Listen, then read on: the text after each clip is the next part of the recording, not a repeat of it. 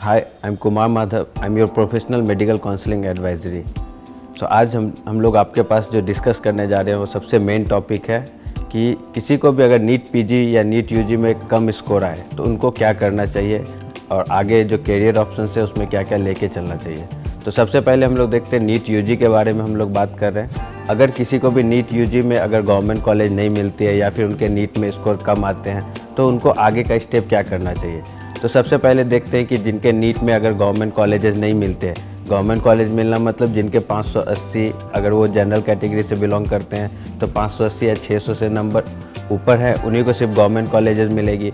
बहुत सारे स्टूडेंट ऐसे होते हैं या पेरेंट्स ऐसे होते हैं जो कि गवर्नमेंट कॉलेज के अलावा प्राइवेट कॉलेज को अफोर्ड नहीं कर सकते हैं, तो उनको अदर ऑप्शन में क्या क्या लेके चलनी है, आगे की उनकी कैरियर की कैसे प्लानिंग होगी, तो उसके बारे में हम लोग डिस्कस करने जा रहे हैं। तो फॉर एग्जांपल जैसे हम लोग देखते हैं कि जो भी जनरल कैंडिडेट हैं या फिर किसी भी कैटेगरी के कैंडिडेट हैं, अगर उनको एमबीबीएस की सीट नहीं मिलती है तो गवर्नमेंट कॉलेजेस में, तो उनको आगे का स्टेप क्या करना चाहिए। फर्स्ट स्टेप रहेगी कि कोर्सेज के बारे में। अगर उनको गवर्नमेंट कॉलेज नहीं मिलती है, एमबीबीएस नहीं मिलती है, अगर वो दूसरे कोर्सेज को कैरियर ऑप्शन में लेना चाहते हैं तो वो कौन कौन से कोर्सेज होने चाहिए, उनकी ऑर्डर क्या होनी चाहिए, उसमें फ़ीस क्या होती है, कितने मार्क्स पे वो कॉलेजेस मिल सकते हैं। तो फर्स्ट ऑप्शन रहेगी जैसे अगर उनको एमबीबीएस गवर्नमेंट कॉलेजेस में नहीं मिलती है तो उनको अदर ऑप्शन, अगर सिर्फ उनको एमबीबीएस ही करना है तो वो क्या कर सकते हैं। अगर जिनके मार्क्स कम हैं वो अगर प्राइवेट कॉलेजेस को अफोर्ड कर सकते हैं तो बहुत सारे स्टेट्स हैं, डीम्ड यूनिवर्सिटीज़ हैं जहाँ की वो अप्रोच करके काउंसलिंग से सीट ले सकते हैं। फॉर एग्जांपल जैसे अगर मैं देखता हूँ कोई स्टूडेंट है महाराष्ट्र का और उन्हें दूसरे स्टेट में, अगर महाराष्ट्र में भी प्राइवेट कॉलेजेस नहीं मिली है और वो डीम्ड यूनिवर्सिटी को अफोर्ड नहीं कर सकते तो दूसरे स्टेट के क्या क्या ऑप्शंस होते हैं। तो जिनके मार्क्स अगर 200, 300, 400 कुछ भी मार्क्स है, उनको उनके स्टेट में सीट नहीं मिल रही है तो वो बहुत सारे ओपन स्टेट है जहाँ की कट ऑफ कम जाती है, वहाँ पे जाके वो सीट ले सकते हैं। जैसे उत्तर प्रदेश हो गई, आंध्र प्रदेश, तेलंगाना और भी बहुत सारे स्टेट्स हैं जहाँ पे वो जाके सीट ले सकते हैं, जैसे राजस्थान, पंजाब, इन सब जगहों पे जाके वो सीट ले सकते हैं। अब इसके अलावा होती है कि उनकी फ़ीस कितनी रहेगी। तो हम लोग अगर देखते हैं फ़ीस के बारे में तो यहाँ पे फ़ीस जो रहती है वो 10 लाख से लेके 13-14 lakh, max to max 15 lakh के बीच में रहती है। अगर वो इतना अफोर्ड कर सकते हैं पर एनम तो वो एमबीबीएस कोर्स के लिए जाए। अगर वो इतना अफोर्ड नहीं कर सकते तो वो अपने करियर ऑप्शंस के लिए एब्रॉड को भी चूज़ कर सकते हैं। तो एब्रॉड चूज़ करने के लिए वहाँ पे जो पैकेजेस रहती है वो 20 लाख से लेके 30 लाख 40 लाख के बीच में रहती है, कंप्लीट 4.5 ईयर्स की। और एक प्रॉब्लम होती है एब्रॉड में, आप अगर एब्रॉड से एमबीबीएस कर रहे हैं तो एब्रॉड से एमबीबीएस करने के बाद आप इंडिया में प्रैक्टिस नहीं कर सकते हैं। उसके लिए आपको जो नेशनल मेडिकल कमीशन है उसकी जो स्क्रीनिंग टेस्ट है उसे एफएमजी बोलते हैं, वो एफएमजी आपको दे के क्लियर करना होता है, तभी आप इंडिया में प्रैक्टिस कर सकते हैं या फिर आप पीजी की कोर्सेस आगे परस्यू कर सकते हैं। अब ये रही एमबीबीएस की बात। अब हम लोग आएंगे नेक्स्ट पे कि अब हम लोग देखेंगे कि एमबीबीएस भी अगर नहीं हो पा रही है, उतना भी बजट अफोर्ड नहीं कर पा रहे हैं और वो विदेश भी नहीं जाना चाहते हैं, विदेश इन द सेंस अब्रॉड नहीं जाना चाहते हैं, तो इंडिया में दूसरे कोर्सेज़ के साथ अगर वो करियर बनाना चाहे तो उनके पास ऑप्शंस क्या क्या आती है। तो यहाँ पे कोर्सेज़ के बारे में मैं एक ऑर्डर सेट करता हूँ। सबसे पहला है एमबीबीएस अगर आप नहीं कर रहे हैं या फिर आपका बजट नहीं हो रहा है या फिर आप अब्रॉड नहीं जाना चाहते हैं तो आप आयुष के कोर्सेज़ को चूज़ कर सकते हैं। आयुष इस समय काफ़ी डिमांडिंग कोर्स है। आयुष के अलावा आप दूसरे अगर बेस्ट कोर्स को देखें तो आपके पास वेटनरी आती है। वेटनरी भी अगर आप नहीं करना चाहते तो डेंटल ले सकते हैं या फिर आप बीपीटी कर सकते हैं, नर्सिंग कर सकते हैं, फार्मेसी कर सकते हैं या फिर बीएससी कर सकते हैं। बहुत सारे पैरामेडिकल कोर्सेज हैं, उनमें आप बीएससी कर सकते हैं। अब यहाँ पे हम लोग डिस्कस करने जा रहे हैं ये आयुष क्या होती है। तो आयुष यहाँ पे 5 वर्डों से मिला है, 5 सब्जेक्ट्स होते हैं। A for ayurvedic, Y for yoga and naturopathy, U for Unani, S for Siddha, H for homeopathic. तो आयुष जो है ये 5 सब्जेक्ट्स है जो कि आयुष मिनिस्ट्री सब कुछ हैंडल करती है और इनकी जो काउंसलिंग है या फिर इनके जो अप्रूवल वगैरह है वो CCIM अप्रूव करती है इनको कॉलेजेस को। अब हम लोग आयुष के बारे में गवर्नमेंट कॉलेजेस और प्राइवेट कॉलेजेस के बारे में डिस्कस करते हैं। आयुष में गवर्नमेंट कॉलेजेस कैसे कैसे होते हैं, उनकी काउंसलिंग प्रोसीजर क्या होती है, प्राइवेट कॉलेजेस होते हैं उनमें काउंसलिंग प्रोसीजर या एडमिशन की प्रोसीजर क्या होती है। और जैसे हम लोग देखेंगे आयुष के गवर्नमेंट कॉलेजेस, तो यहाँ पे आप गवर्नमेंट कॉलेजेस को 2 तरह से आप एडमिशन ले सकते हैं। एक ऑल इंडिया आयुष काउंसलिंग के थ्रू, एक आपकी स्टेट काउंसलिंग के थ्रू। और तीसरी जो होती है, ये दोनों में सिर्फ आपको गवर्नमेंट कॉलेजेस की मैं बात कर रहा हूँ। अगर आप प्राइवेट कॉलेज को अप्रोच करना चाह रहे हैं तो आपके पास और भी ऑप्शंस आते हैं, जैसे आपके खुद के स्टेट की अगर वहाँ पे सीट है तो वहाँ पे आप डोमिसाइल के थ्रू अप्लाई करके सीट ले सकते हैं। इसके अलावा आप डीम्ड यूनिवर्सिटी जो ऑल इंडिया के थ्रू होती है, वहाँ पे आप काउंसलिंग अप्रोच करके वहाँ से सीट ले सकते हैं। या थर्ड होती है जो ओपन स्टेट होती है, जैसे कर्नाटका, मध्य प्रदेश, उत्तर प्रदेश और भी बहुत सारे स्टेट्स हैं जहाँ नंबर ऑफ सीट्स ज़्यादा है, तो वहाँ के प्राइवेट कॉलेजेस में भी आप ले सकते हैं, अगर आप पर एनम 1.5 से 2 लाख 2.5 लाख तक अफोर्ड कर सकते हैं। अब आयुष के बाद हम लोग नेक्स्ट पे आते हैं, नेक्स्ट कोर्स या नेक्स्ट सब्जेक्ट या नेक्स्ट स्पेशलिटी, वो है वेटरनरी। अगर हम लोग वेटरनरी में देखें तो वहाँ पे जॉब्स वगैरह ज़्यादा हैं, आप खुद के भी क्लिनिक खोल सकते हैं, और यहाँ पे बट मेडिकल कॉलेजेस जो वेटनरी के कॉलेजेस हैं वो कम है, तो यहाँ पे क्या है कि आपको सीट लेना थोड़ा सा मुश्किल हो जाएगा।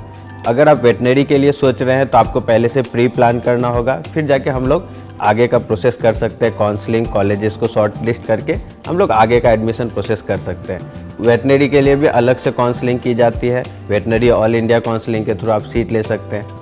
इसके अलावा बचती है हमारे पास नेक्स्ट ऑप्शन आती है डेंटल, BDS। तो हम लोग BDS में कैसे कैसे प्रोसीजर होती है, कैसे कैसे एडमिशन होती है, उसके बारे में भी हम लोग एक शॉर्ट डिस्कशन करेंगे। BDS क्या होती है, ये डेंटल के कोर्सेज होते हैं। तो अभी हम लोग देखेंगे पिछले 4-5 सालों में डेंटल की जो डिमांड है वो काफ़ी कम हो चुकी है। तो बहुत सारे स्टूडेंट हैं, बहुत सारे पेरेंट्स हैं, वो लोग कन्फ्यूज है डेंटल ले या ना ले। देखिए, ये आपके इंटरेस्ट पे डिपेंड करती है। अगर आपको डेंटल लेना है, आप अगर इंटरेस्टेड है डेंटल के लिए, तो आप एक अच्छे कॉलेजेस से आप BDS का कोर्स करें, फिर जाके आप आगे का हायर स्टडीज़ करके आप खुद का क्लिनिक खोलें या फिर आप गवर्नमेंट हॉस्पिटल में जॉब भी ले सकते हैं। ये तो बात हो गई थी आयुष के कोर्सेस और वेटनरी कोर्सेस के लिए। अब हमारे पास थर्ड जो कोर्स है वो है डेंटल, BDS। तो BDS में कैसे एडमिशन होती है, आपको प्रोसीजर क्या होती है, उसके बारे में हम लोग डिस्कस करेंगे। तो अभी हम लोग करेंट सिनेरियो देखेंगे, तो अभी के सिचुएशन के अकॉर्डिंगली प्रीवियस लास्ट 5-6 सालों में या 10 सालों में डेंटल की डिमांड जो है काफ़ी कम हो गई है। तो अभी क्या है कि डेंटल काउंसिल ऑफ इंडिया ने भी ये बोला है कि अभी डेंटल में जॉब कम है, उसके कारण ये आने वाले 10 सालों में कोई भी डेंटल कॉलेजेस को खोलने की परमिशन नहीं दी जा रही है। तो आप इस बात पे ध्यान दें, अगर आप डेंटल को अपना कैरियर के लिए चूज़ कर रहे हैं तो इस बात पे आप ध्यान दें कि डेंटल में जॉब्स कैसे हैं, नहीं है, उसके बारे में आप मुझे कॉल करके या फिर व्हाट्सएप करके डिस्कस कर सकते हैं इस बात को कि डेंटल में कहाँ जॉब है, डेंटल लेना अच्छा होगा नहीं होगा, किस कॉलेज से करनी चाहिए, फ़ीस क्या होती है। तो अगर हम लोग अब बात करते हैं डेंटल की काउंसलिंग की, तो डेंटल में काउंसलिंग कैसे होती है। सबसे पहले डेंटल में काउंसलिंग जैसे MBBS की होती है उसी वे में डेंटल की भी काउंसलिंग होती है। सबसे पहले आपको ऑल इंडिया काउंसलिंग फर्स्ट होती है, ऑल इंडिया काउंसलिंग जहाँ पे गवर्नमेंट कॉलेजेस दी जाती है 15%। इसके अलावा स्टेट काउंसलिंग होती है जहाँ से आप 85% में गवर्नमेंट कॉलेजेस ले सकते हैं। ये रही गवर्नमेंट कॉलेजेस की बात। सेंट्रल यूनिवर्सिटीज़ भी आती है इसमें, आप ऑल इंडिया के थ्रू सेंट्रल यूनिवर्सिटी भी ले सकते हैं। इसके बाद आती है प्राइवेट कॉलेजेस। तो प्राइवेट इसमें 2 टाइप के बेसिकली कॉलेजेस होते हैं, एक डीम्ड यूनिवर्सिटीज़ होती है। नो डाउट कुछ डीम्ड यूनिवर्सिटीज़ हैं जो कि काफ़ी अच्छे हैं, आप उनको भी ले सकते हैं, अपने ऑप्शन में कॉलेजेस को शॉर्ट लिस्ट कर सकते हैं, लेकिन वहाँ पे फ़ीस वगैरह थोड़ी हाई रहती है। तो डीम्ड यूनिवर्सिटी को लेना ना लेना, क्योंकि वो कम स्कोर पे भी डीम्ड यूनिवर्सिटी आपको मिल सकती है। तो डीम्ड यूनिवर्सिटी लेना या ना लेना वो आपके ऊपर रहती है। इसके बाद नेक्स्ट ऑप्शन आती है प्राइवेट कॉलेजेस की। तो प्राइवेट कॉलेजेस हम लोग देखेंगे तो इसके लिए आपको प्राइवेट कॉलेजेस के लिए आपको या तो अपने स्टेट में अप्रोच करना होता है, अगर आपके स्टेट में सीट नहीं है डेंटल की तो फिर आपको जो ओपन स्टेट है जैसे कर्नाटका, उत्तर प्रदेश और भी सारे ओपन स्टेट हैं, वहाँ पे जाके आप डेंटल की सीट ले सकते हैं अच्छे कॉलेजेस में। तो ये रही डेंटल की बात। इसके बाद हमारे पास नेक्स्ट जो कोर्स आती है वो आती है BPT, फिजियोथेरेपी। तो BPT भी एक one of the growing course है, उसमें हॉस्पिटल्स में जॉब वगैरह काफ़ी ज़्यादा भी आ रहे हैं। आप BPT को अपने कैरियर ऑप्शन में ले सकते हैं और आप किसी भी प्राइवेट हॉस्पिटल्स में जाके आगे की अपना कैरियर को चूज़ कर सकते हैं। तो जैसे BPT करने के बाद आपके पास जॉब के लिए कमी नहीं रहेगी, बहुत सारे हॉस्पिटल्स हैं जहाँ पे वैकेंसीज निकलती है, आप अप्लाई करके वो ले सकते हैं जॉब। तो BPT में एडमिशन कैसे होती है, तो BPT में बेसिकली डायरेक्ट एडमिशन, सारे कॉलेजेस डायरेक्ट एडमिशन प्रोवाइड करते हैं, या फिर आप काउंसलिंग के थ्रू ले सकते हैं, स्टेट काउंसलिंग के थ्रू। BPT ऐसे कोई ऑल इंडिया काउंसलिंग कंडक्ट नहीं कराती है, वो स्टेट काउंसलिंग के थ्रू लेती है, या फिर आप जिस भी कॉलेज में BPT की सीट है वहाँ पे बात करके आप डायरेक्ट BPT की सीट ले सकते हैं। इसमें फ़ीस भी नॉमिनल रहती है, 60-70 हज़ार से स्टार्ट होती है और 1.5-2 लाख तक पर एनम जाती है। BPT के बाद नेक्स्ट कोर्स क्या होती है, BPT के बाद नेक्स्ट कोर्स होती है आपकी, जैसे आप परस्यू कर सकते हैं फार्मेसी और नर्सिंग, ये सब आप परस्यू कर सकते हैं। या फिर बीएससी अगर आपको इंटरेस्टेड है, आप इंटरेस्टेड हो किसी पैरामेडिकल कोर्सेज़ के लिए सिर्फ, तो आप वो भी अप्रोच कर सकते हैं, जैसे कि बीएससी इन ऑप्टीमेट्री या फिर बीएससी इन रेडियोलॉजी या फिर बीएससी इन पैथोलॉजी, बहुत सारे सब्जेक्ट्स हैं। उसके लिए आप अगर मुझे कॉल या व्हाट्सएप करेंगे तो उसकी डिटेल्स भी मैं आपसे शेयर कर सकता हूँ। अब ये तो बात हो रही थी कोर्सेज़ के बारे में, उनमें कैसे कैसे एडमिशन होती है। अब हम लोग बात करेंगे एलिजिबिलिटी के लिए। तो ये जितने भी कोर्सेज़ का मैंने बोला, जैसे कि आयुष, डेंटल या फिर आप इनके अलावा एमबीबीएस देखेंगे, तो इन सब कोर्सेज़ में वेटनरी, तो नीट क्वालिफाई करना कंपलसरी होता है। तो जो भी बच्चे नीट में क्वालिफाई हैं वो इन सब कोर्सेज़ में जाके अप्लाई करके एडमिशन ले सकते हैं। ये उनके नीट के स्कोर पे डिपेंड करती है। बीपीटी, नर्सिंग, फार्मेसी, इन सब के लिए नीट कंपलसरी नहीं है। नर्सिंग के लिए बात चल रही थी लेकिन कोर्ट ने उसको खारिज कर दिया। तो हो सकता है इन फ्यूचर नेक्स्ट ईयर से इन सब कोर्सेज़ के लिए भी आपको नीट देना कंपलसरी हो जाएगा। बट इस साल के लिए सिर्फ आयुष के कोर्सेज़, डेंटल के कोर्सेज़, एमबीबीएस और वेटनरी के लिए नीट का क्वालिफाई होना कंपलसरी है। अब ये रही एलिजिबिलिटी की। आपके इसके अलावा आपके पीसीबी में कितने मार्क्स होने चाहिए, तो वो कैटेगरी वाइज होती है। अगर आप अपने स्टेट में अप्लाई कर रहे हो तो आप अगर जनरल कैटेगरी में हो तो ऑल ओवर इंडिया आप कहीं भी अप्लाई करोगे, आपको पीसीबी में 50% से ऊपर मार्क्स होने चाहिए। अगर आप दूसरे ओपन स्टेट में अप्लाई करेंगे तो फिर उसके लिए भी आपको 50% से ऊपर मार्क्स होने चाहिए। अगर जिनके पास रिजर्वेशन है, जो रिजर्व कैटेगरी है, तो उनकी रिजर्व कैटेगरी सिर्फ उनके ही स्टेट में काम आती है या फिर ऑल इंडिया काउंसलिंग के थ्रू। अगर किन्हीं के 50% से बिलो मार्क्स है लेकिन वो एलिजिबिलिटी उनकी जो रिजर्वेशन कैटेगरी है वो एससी, एसटी, ओबीसी में आते हैं, तो उनके लिए रिजर्वेशन के लिए 45% होना चाहिए। अगर उनको 45% है तो वो सिर्फ अपने स्टेट में या फिर ऑल इंडिया काउंसलिंग में ही लाभ ले सकते हैं। दूसरे ओपन स्टेट में, प्राइवेट कॉलेज में उनको बेनिफिट नहीं मिलेगी, उनकी एडमिशन कैंसिल हो जाएगी या फिर जब वो रजिस्ट्रेशन करेंगे वहाँ पे उनको नॉट क्वालिफाइड बोला जाएगा। अभी तक तो हम लोग डिस्कस कर रहे थे कोर्सेज़ के बारे में, उनकी एलिजिबिलिटी क्या है। अब हम लोग नेक्स्ट जाएंगे उनकी फ़ीस क्या होती है, उनके जो करियर प्रोस्पेक्ट देखेंगे या फिर जॉब के लिए देखेंगे, क्योंकि कोई कोर्स में जाते हैं तो उनके फैमिली को भी लेके चलना होता है, उनको उनका करियर भी देखना होता है, आगे के स्टेप भी सोचने होते हैं कि आगे इन फ्यूचर जाके उनकी कोई सेटलमेंट होगी या नहीं होगी, उनको कैसे जॉब मिलेंगे नहीं मिलेंगे। तो अभी हम लोग सबसे पहले फ़ीस के बारे में बात करते हैं। तो जैसे अगर हम लोग एवरेज फ़ीस देखेंगे गवर्नमेंट, ये हम लोग डिस्कस कर रहे हैं आयुष, डेंटल वगैरह की, तो हम लोग आयुष में देखेंगे तो आयुष की जो गवर्नमेंट कॉलेजेस की फ़ीस होती है, एवरेज फ़ीस वो 30-40,000 50,000 के बीच में होती है। इसके अलावा अगर हम लोग आयुष के प्राइवेट कॉलेजेस में आएंगे तो वहाँ पे फ़ीस क्या होती है, तो आयुष के प्राइवेट कॉलेजेस में अगर हम लोग देखते हैं तो वहाँ पे फ़ीस जो होती है वो 1 लाख to 2.5 लाख, 2 लाख के आसपास में, मैक्स टू मैक्स 2.5 लाख के आसपास में वेरी करती है। तो मैक्सिमम देखेंगे कॉलेजेस की जो फ़ीस रहती है वो 1.5 लाख to 2 लाख रहती है। ये रही आयुष की प्राइवेट कॉलेजेस की फ़ीस।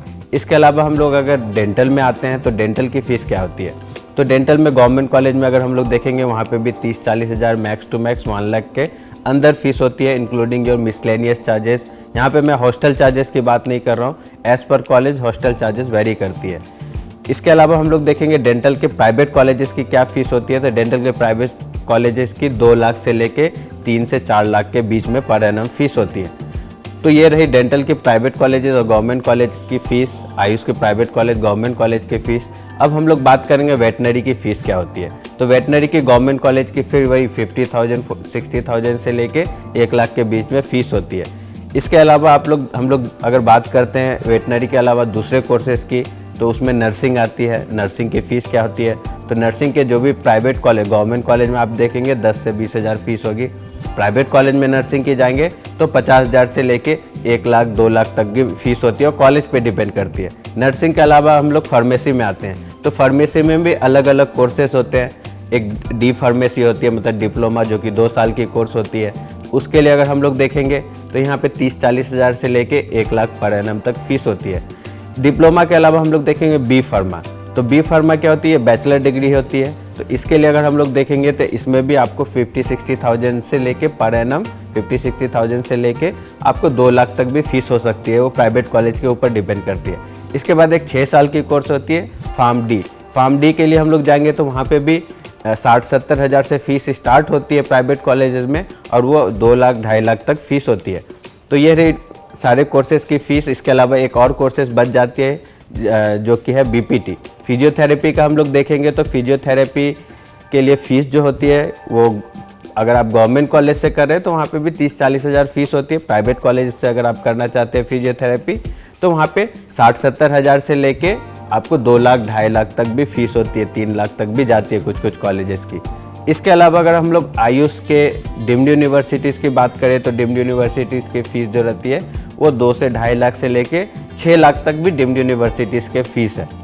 तो आप कभी भी डीम्ड यूनिवर्सिटी अगर आप आयुष के थ्रू या फिर डेंटल के थ्रू या फिर MBBS में भी आप लेना चाहते हैं तो उस कॉलेज को चूज़ करने से पहले, चूज़ इन द सेंस जब आप चॉइस फिलिंग या फिर उस कॉलेज के बारे में प्लानिंग कर रहे हो, उससे पहले आप उनके वेबसाइट पे जाके फ़ीस ज़रूर देख लें। अगर आपको कुछ भी डाउट है फ़ीस से रिलेटेड तो आप हमारे लिंक डिस्क्रिप्शन में जो व्हाट्सएप नंबर दी गई है आप वहाँ पे व्हाट्सएप करके पूछ सकते हैं, या फिर हमारे वेबसाइट पे अपलोड है, आप वहाँ जाके देख सकते हैं फ़ीस के बारे में। अभी तक तो हम लोग कोर्स एलिजिबिलिटी, उसमें एडमिशन प्रोसीजर क्या होती है, फ़ीस क्या होती है, इन सब के बारे में डिस्कस कर रहे थे। अब हम लोग नेक्स्ट ऑप्शन जो हमारे पास है, हम लोग जो जिस टॉपिक पे डिस्कस करने जा रहे हैं वो आप अगर इन सब कोर्सेज़ को एक अल्टरनेट करियर ऑप्शन के लिए लेके जा रहे हैं तो आपको आगे सब कुछ सोच के करना होगा। वो अभी सोचना होगा, आप बाद में एडमिशन लेने के बाद या फिर कोर्स कंप्लीट करने के बाद नहीं सोच सकते। तो हम लोग ये डिस्कस करने जा रहे हैं कि इन सब कोर्सेज़ में अगर आप MBBS नहीं कर रहे हैं तो आप जो भी अल्टरनेट कोर्स को लेकर चल रहे हैं उस पर कैरियर क्या होगी आपकी, उसमें जॉब कैसे कैसे रहते हैं। तो सबसे फर्स्ट हम लोग की डिस्कशन रहेगी वो आयुष के बारे में। जैसे अभी हम लोगों ने भी देखा है, लाइक हम लोग न्यूज़ में भी देखते रहते हैं, हम लोग भी रिसर्च करते हैं कि आयुष मिनिस्ट्री जो है वो काफ़ी काम कर रही है। जो भी आने वाले फ्यूचर हैं उसमें आयुष जो है, आयुष इन द सेंस सबसे मेन सब्जेक्ट्स उसमें आयुर्वेदिक को लिया जा रहा था। आयुर्वेदिक आने वाले समय में इंडिया की एक मेडिसिन की एक कोर सब्जेक्ट्स रहेगी, एक कोर कोर्स रहेगी। मतलब ये आने वाले में इंडियन मेडिसिन का एक टॉप सब्जेक्ट रहेगा जो कि आयुष रहेगा।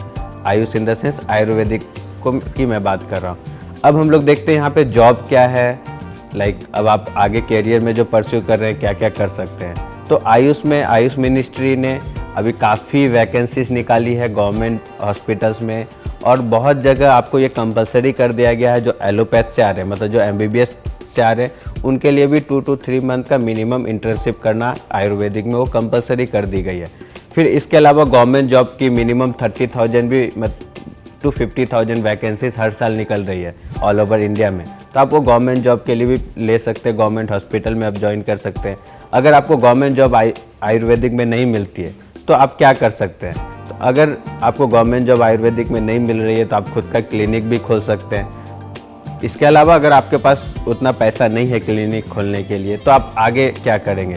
तो अगर आप खुद का क्लिनिक नहीं खोल रहे हैं, आपको गवर्नमेंट जॉब नहीं मिल रही है, तो बहुत सारे ऐसे कंपनीज़ हैं, बड़े बड़े कंपनीज़ हैं जहाँ की आप जाके जॉब वैकेंसीज निकलती है, जॉब वैकेंसीज के अकॉर्डिंगली आप इंटरव्यू देकर वहाँ जॉब ले सकते हैं। जैसे हिमालय हो गई, पतंजलि, डाबर और बहुत सारे कॉस्मेटिक कंपनीज़ हैं जहाँ पे आयुर्वेदिक की डिमांड है। अभी आयुर्वेदिक डॉक्टर्स की काफ़ी ज़्यादा डिमांड है। जैसे वीको हो गई, झंडू बाम हो गई, वहाँ पे भी जाके आप जॉब ले सकते हैं। और यहाँ पे सैलरी क्या होती है, जो भी आयुर्वेदिक डॉक्टर रहते हैं उनकी सैलरी जो रहती है मिनिमम सैलरी 25,000 30,000 से स्टार्ट होती है। वो आपके स्किल के ऊपर डिपेंड करती है। अगर आप गवर्नमेंट जॉब ले रहे हैं तो वहाँ पे 25,000 के आसपास में आपकी 25-30,000 सैलरी रहती है पर मंथ। इसके अलावा आप अगर इसमें PG परस्यू करना चाहते हैं उसमें क्या बेनिफिट रहेगी, जैसे आपने आयुर्वेदिक किया, BMS किया, उसके बाद आप PG परस्यू करना चाहते हैं तो अभी रिसेंटली आयुष मिनिस्ट्री ने और सुप्रीम कोर्ट ने भी ये ऑर्डर दिया है कि जो भी आयुष से PG कर रहे हैं, PG इन द सेंस वो भी PG मतलब वो भी जो भी सर्जरिकल सब्जेक्ट से कर रहे हैं PG, वो एलोपैथिक हॉस्पिटल में प्रैक्टिस कर सकते हैं। सर्जरिकल सब्जेक्ट्स कहने का मतलब है यहाँ पे general surgery, orthopaedics, ENT, ophthalmology और डेंटल सर्जरी में भी वो प्रैक्टिस कर सकते हैं। तो यहाँ पे ये नोट करने वाली बात है, जो भी इन फ्यूचर ये सोच रहे हैं कि मैं आयुष करके एलोपैथिक में प्रैक्टिस नहीं कर सकता हूँ, तो मैं उनका ये डाउट क्लियर करना चाह रहा हूँ कि जो भी आयुष से PG कर रहे हैं, Ayush in the sense Ayurveda से PG कर रहे हैं, तो वो सर्जरिकल सब्जेक्ट्स में जाके प्रैक्टिस कर सकते हैं और फिर वो किसी भी हॉस्पिटल में, एलोपैथिक हॉस्पिटल में ज्वाइन कर सकते हैं। तो यहाँ पे डिफरेंस काफ़ी कम कर दी गई है।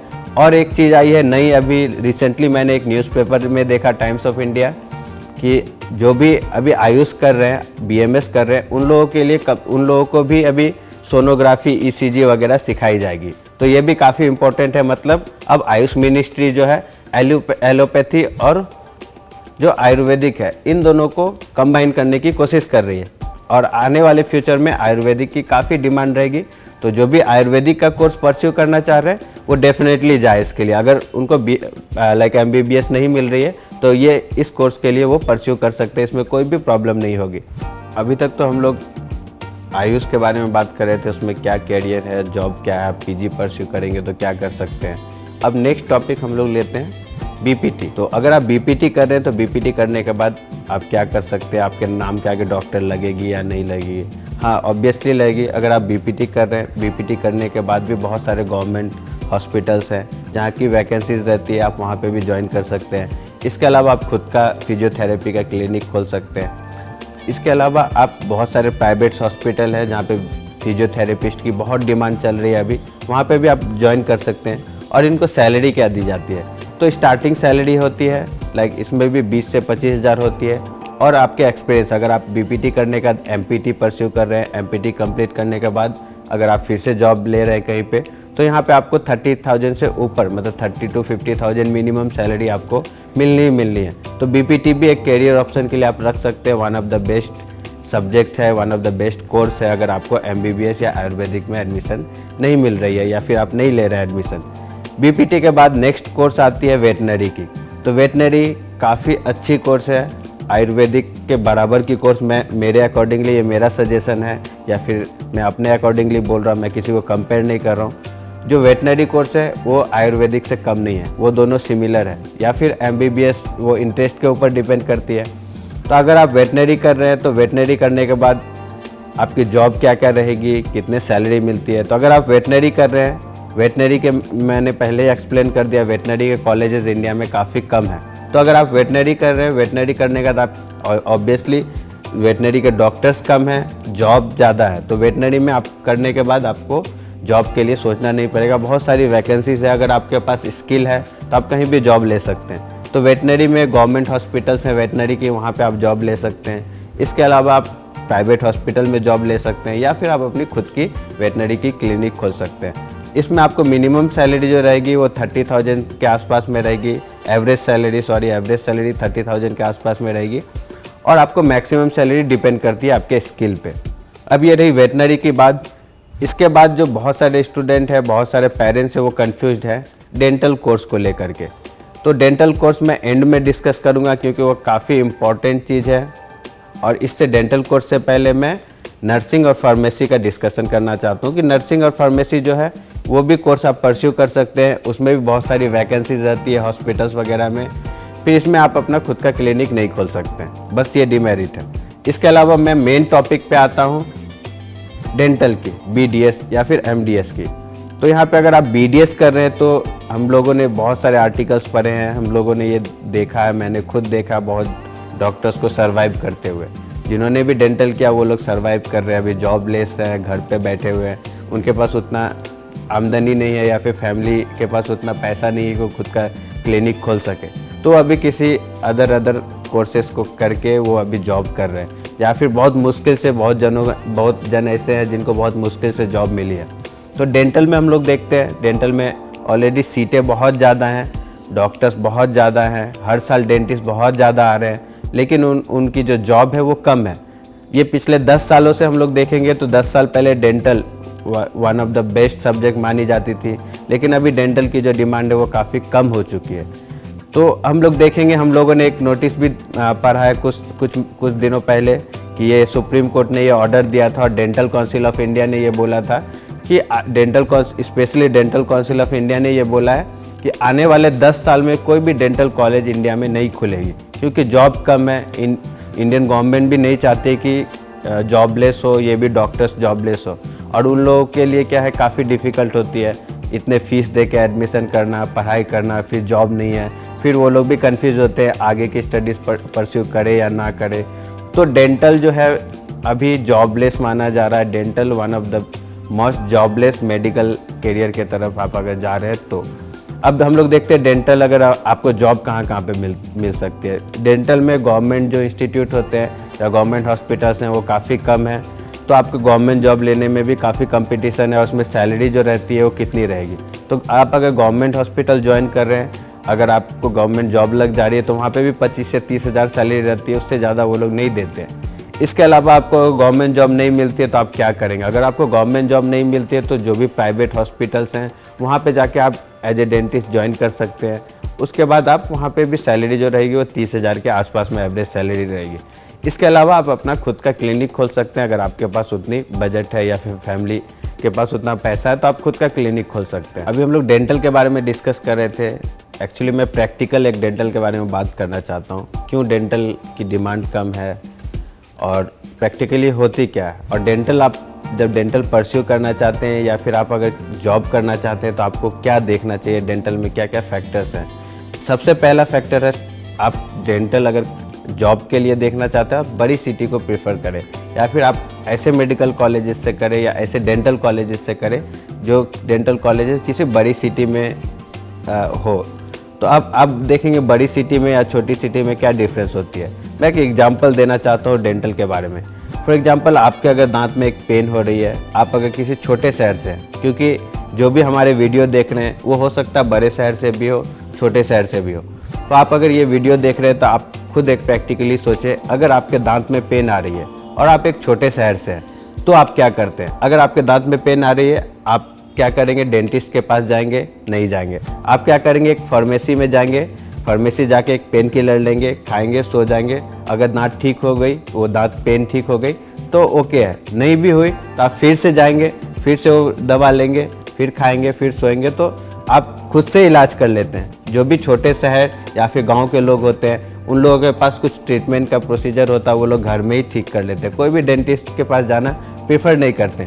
वही अगर आप बड़े शहर को देखेंगे तो बड़े शहर में क्या होता है, जो भी अगर आपको कुछ भी प्रॉब्लम होती है दांत से लेकर के तो आप डेंटिस्ट के पास जाते हैं, ना कि आप कोई मेडिसिन लेके खा के सो जाते हैं पेन किलर। वो आप बार बार नहीं करेंगे। हाँ, कुछ लोग करते होंगे लेकिन वो बार बार नहीं करते हैं।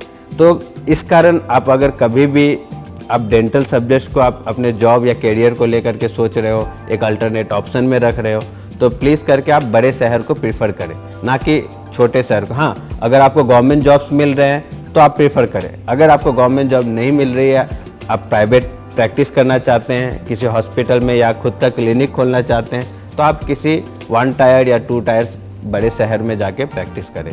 तो ये सब हो गए थे हमारे कोर्सेज के बारे में सब कुछ डिस्कशन। तो शायद आप लोगों को कुछ डाउट और आ सकती है, क्योंकि इस छोटे से वीडियो में मैं सब कुछ एक्सप्लेन नहीं कर सकता हूँ। तो आपको अगर कुछ डाउट आ रही है तो आप दिए गए व्हाट्सएप नंबर पे कॉल कर सकते हैं या फिर व्हाट्सएप कर सकते हैं। अब ये सब तो हो गई थी कोर्सेज़ के बारे में। जॉब क्या है, आपको एक अल्टरनेट ऑप्शन का आप सोच रहे हैं तो क्या करना चाहिए, नहीं करना चाहिए। अगर आपको ये वीडियो पसंद आया हो या फिर आपको और भी जानकारी चाहिए, क्योंकि हम लोग रेगुलरली कुछ ये जो भी अपडेट्स आ रही है काउंसलिंग, एडमिशन, कोर्सेज़ के बारे में इस यूट्यूब चैनल पे अपडेट करेंगे। तो आप प्लीज़ करके वीडियो को लाइक, कमेंट एंड सब्सक्राइब करें ताकि आगे चल के आपको और भी जानकारी मिल सके। तो अगर आपको कुछ भी डिस्कशन करनी है तो हमारे व्हाट्सएप नंबर पे व्हाट्सएप कर सकते हैं। Thank you.